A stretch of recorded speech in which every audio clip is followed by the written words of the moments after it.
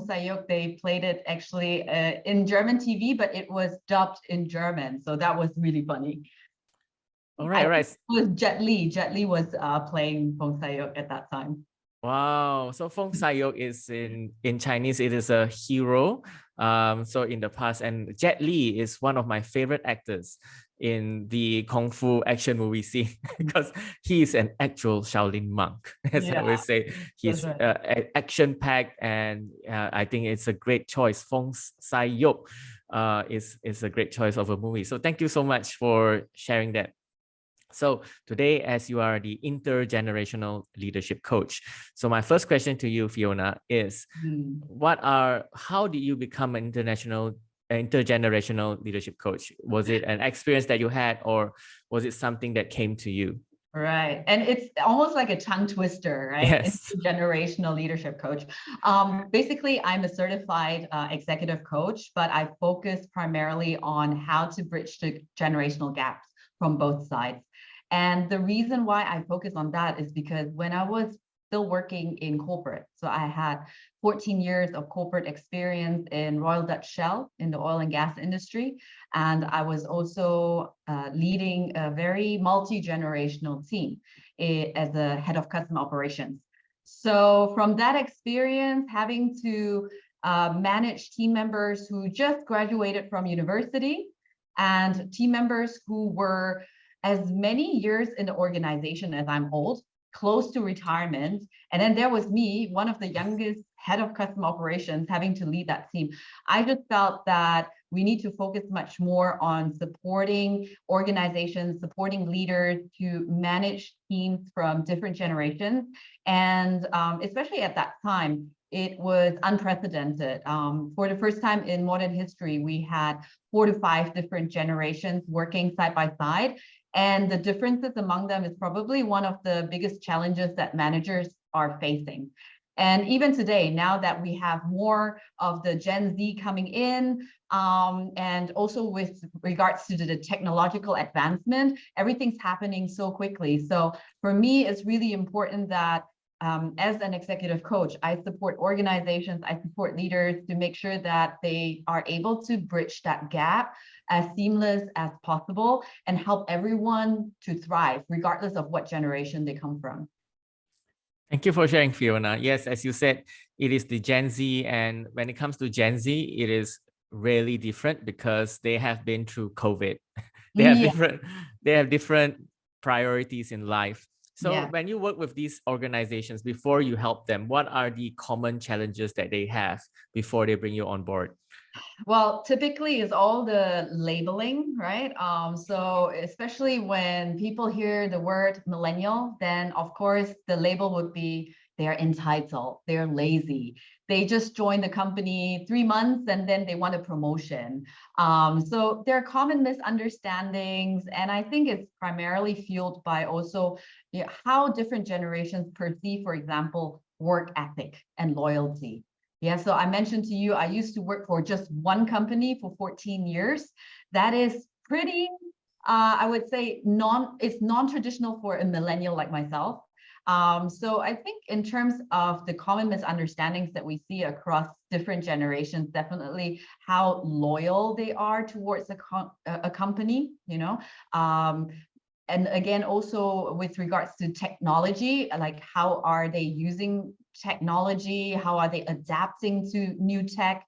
But basic things like communication style, you know, online versus offline. The younger generations, like the young millennials, the Gen Z, they of course prefer having communication also online, using WhatsApp, using email is almost like old school already, but definitely communication style where I would say my colleagues or even some of my clients prefer like the face-to-face interaction. This is not as preferred for the next generation. And I think this is one of the common misunderstandings that we have.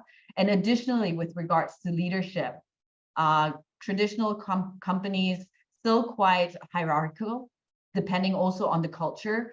So these are some of the things that I would say could be quite some roadblocks for organizations to kind of have to go past that in order to achieve generational inclusion.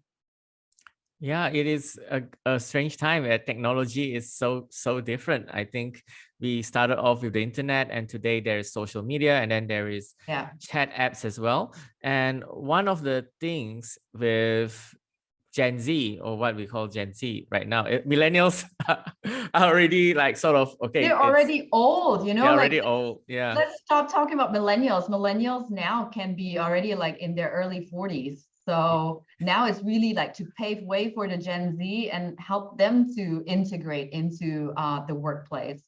Yeah, and how do you help this Gen Z? So like one of the things that came to mind is that the opportunity for Gen Zs are so different now. Like a Gen Z could choose to be a YouTuber.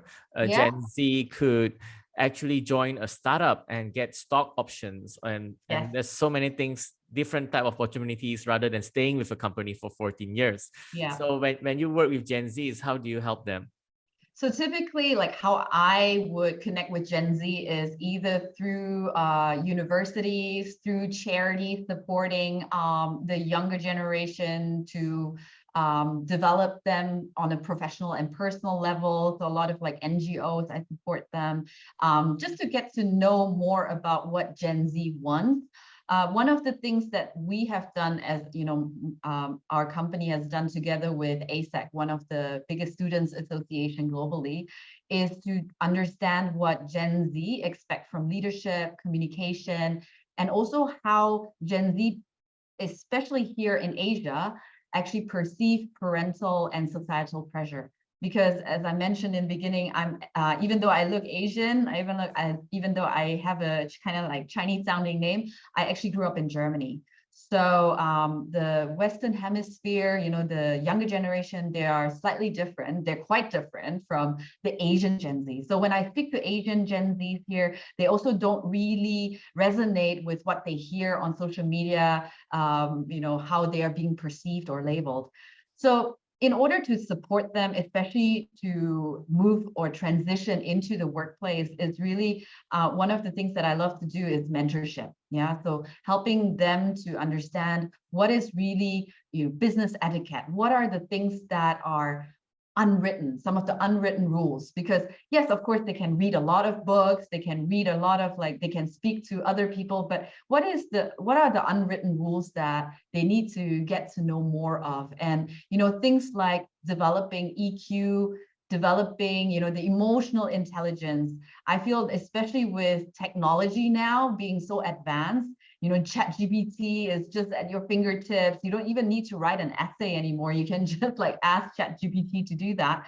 I think this is where they need to start really developing and honing these interpersonal skills, things that AI can't replicate. I think this is really important.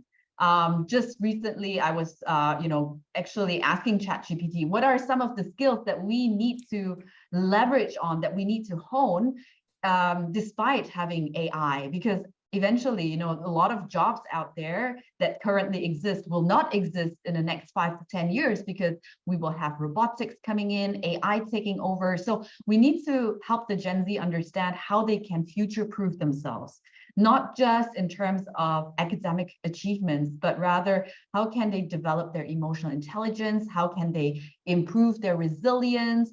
How can they have and create a more supportive network around themselves to maybe learn from more experienced individuals, other leaders, colleagues. So all of these skills that basically they need to develop and leverage on, because that is going to make it difficult for AI to replicate. I think this is really important for the Gen Z to understand these days. And how do you also make them understand their predecessors? So like you know, their bosses will be very different to them, and like you said, expect loyalty from them. So like, how do you manage their expectations of their leaders? Yeah, so when, of course, some of them come to me and they struggle with regards to the hierarchy, that they don't feel communication is transparent enough.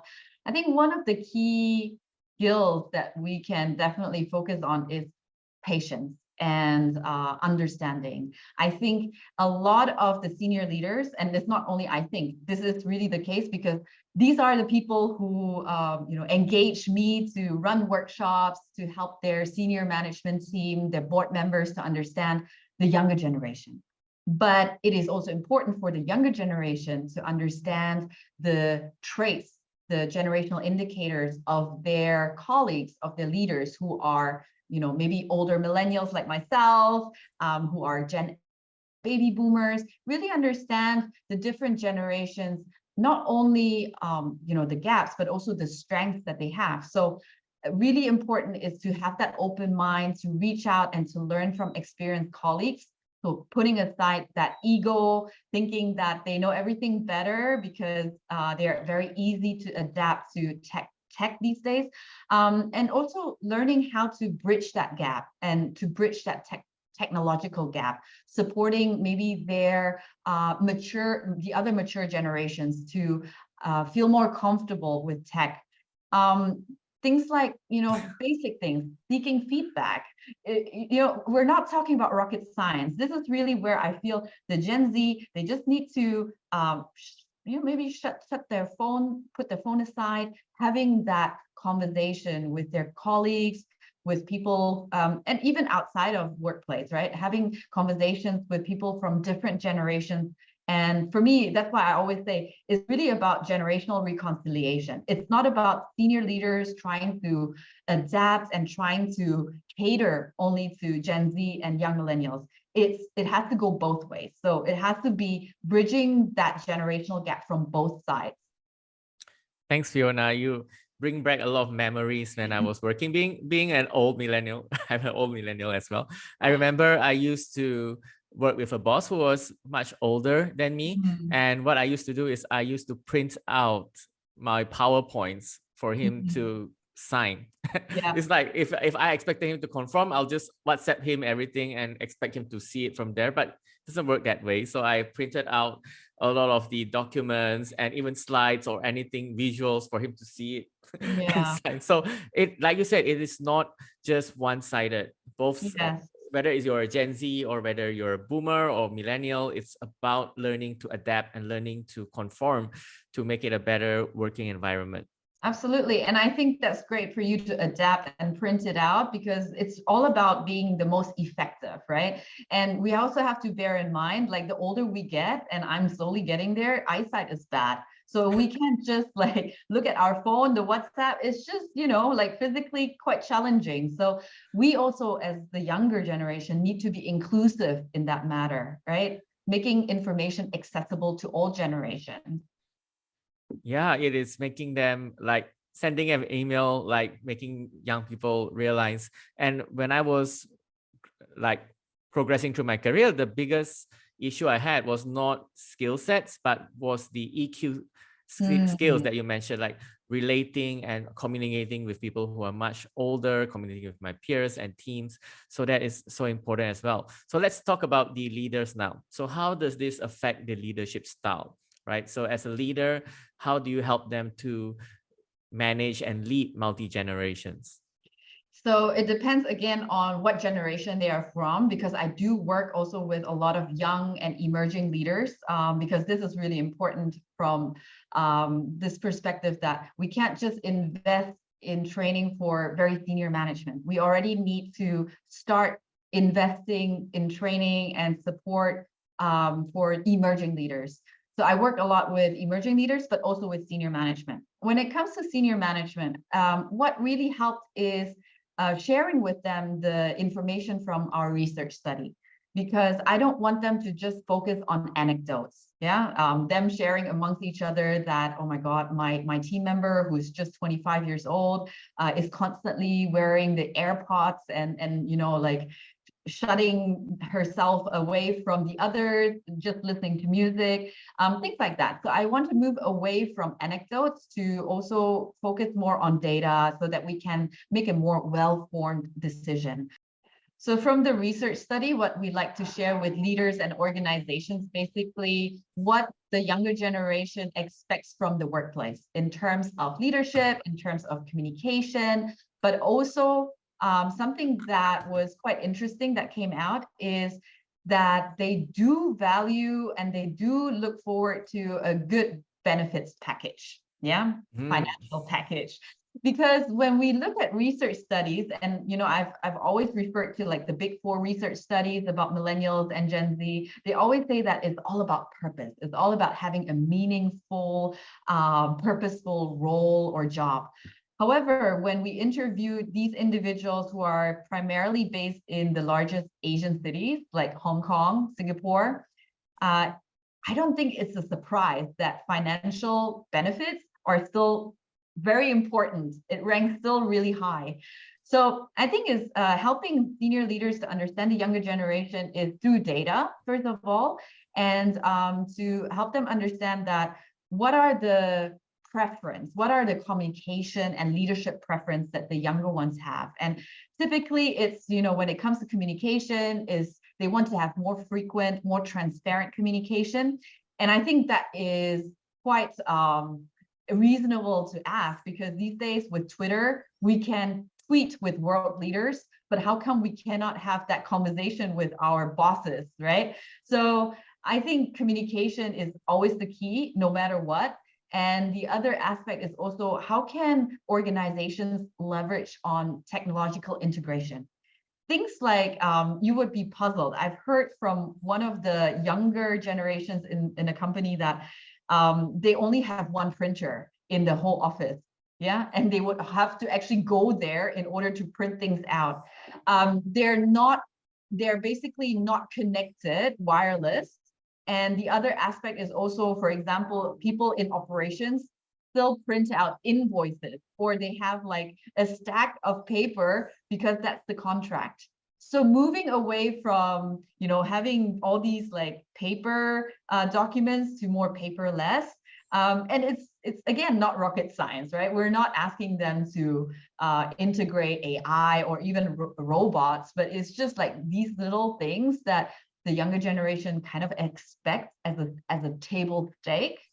And also when it comes to decision making, younger ones want to be incorporated in ideas, knowledge sharing, idea sharing, collaboration. So I think this is where senior leaders now have to just be mindful of their current style.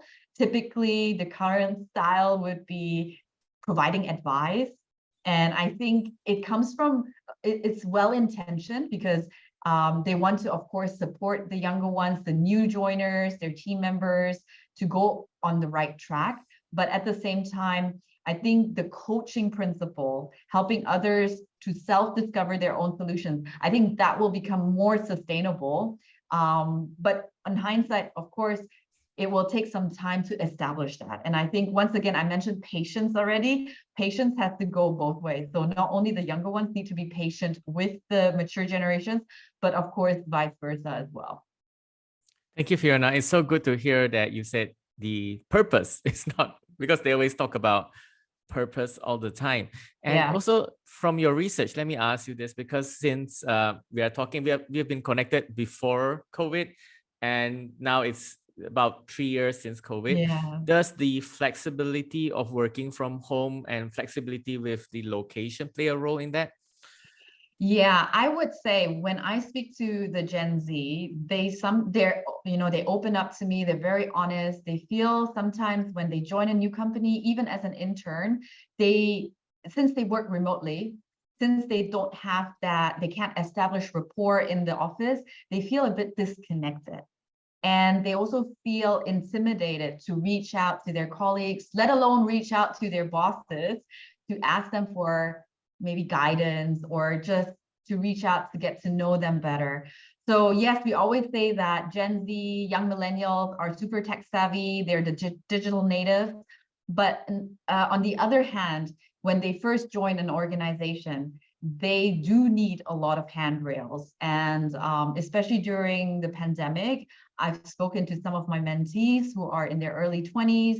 They just started an internship or maybe their first job, and they just felt disconnected. And this is where I would say the mature generations, the more mature colleagues in the organization, they need to actually take a step to approach them more proactively, because there's still a lot of, I would say, in this part of the region, and it's great, there is a lot of respect, right?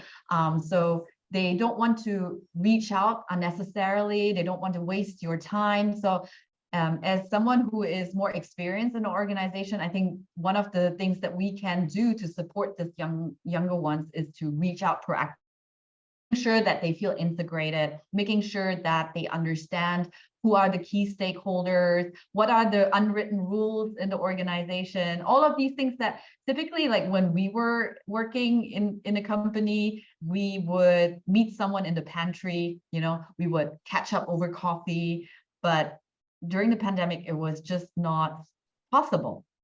And I think, yes, we have leveraged on technology to have a little bit more of that flexible work arrangement. And I think this needs to stay, because I'm always hearing about the new normal. But when I speak to organizations, for some reason, the new normal is returning back to status quo, where everyone has to show up in the office 5 days per week.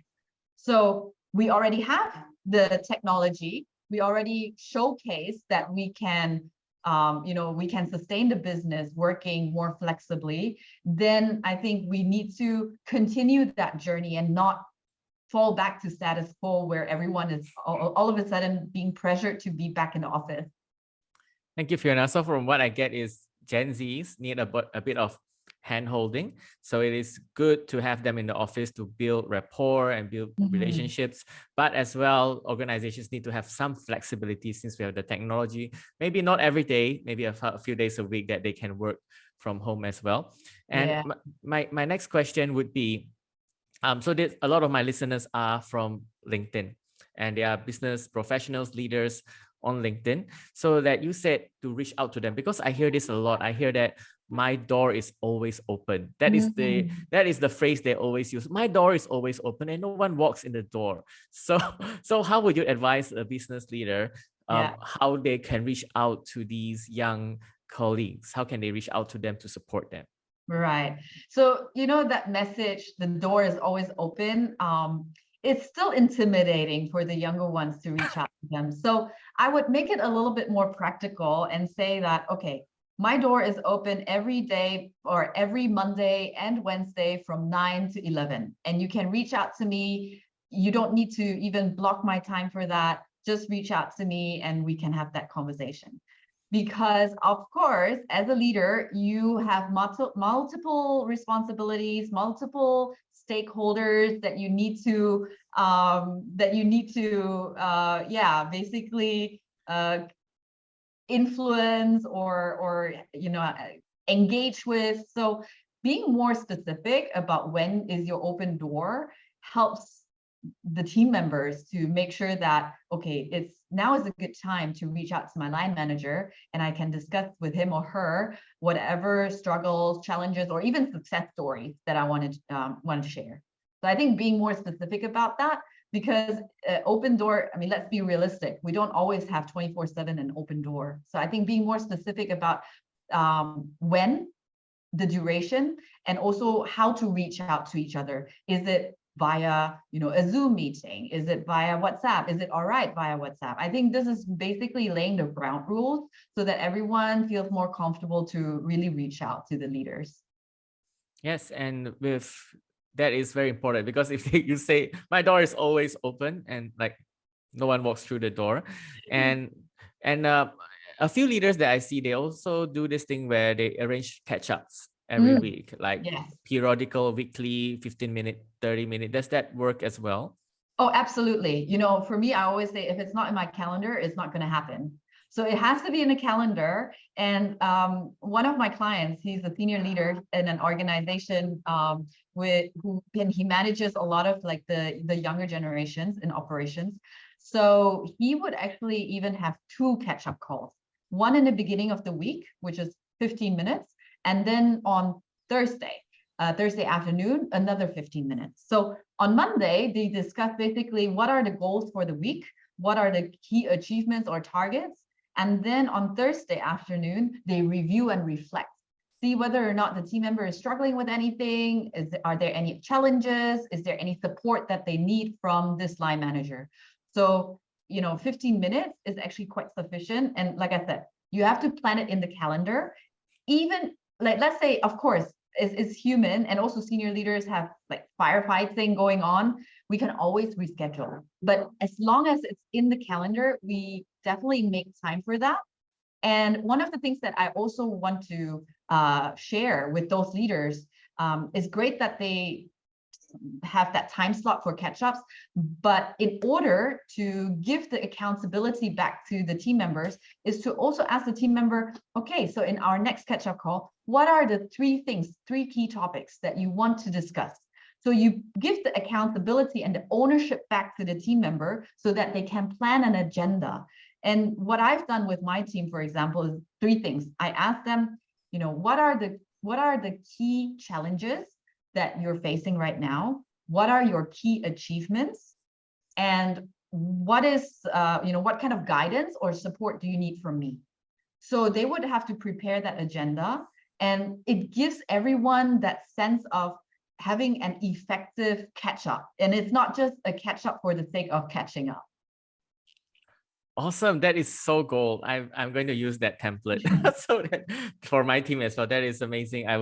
That is so valuable. And of course, I'll clip that for LinkedIn as well. So I heard you say a lot of the word region, and you said the region in our culture. So in your research, what do you find unique about leaders and the workplace in this region? I think there is always a little bit, because my clients are actually multinationals, and I work primarily with the regional offices, but some of the regional offices are headed by Western managers. So they sometimes have these bias that this part of the world, in this region, people tend to be less vocal. They focus more on respect and hierarchy.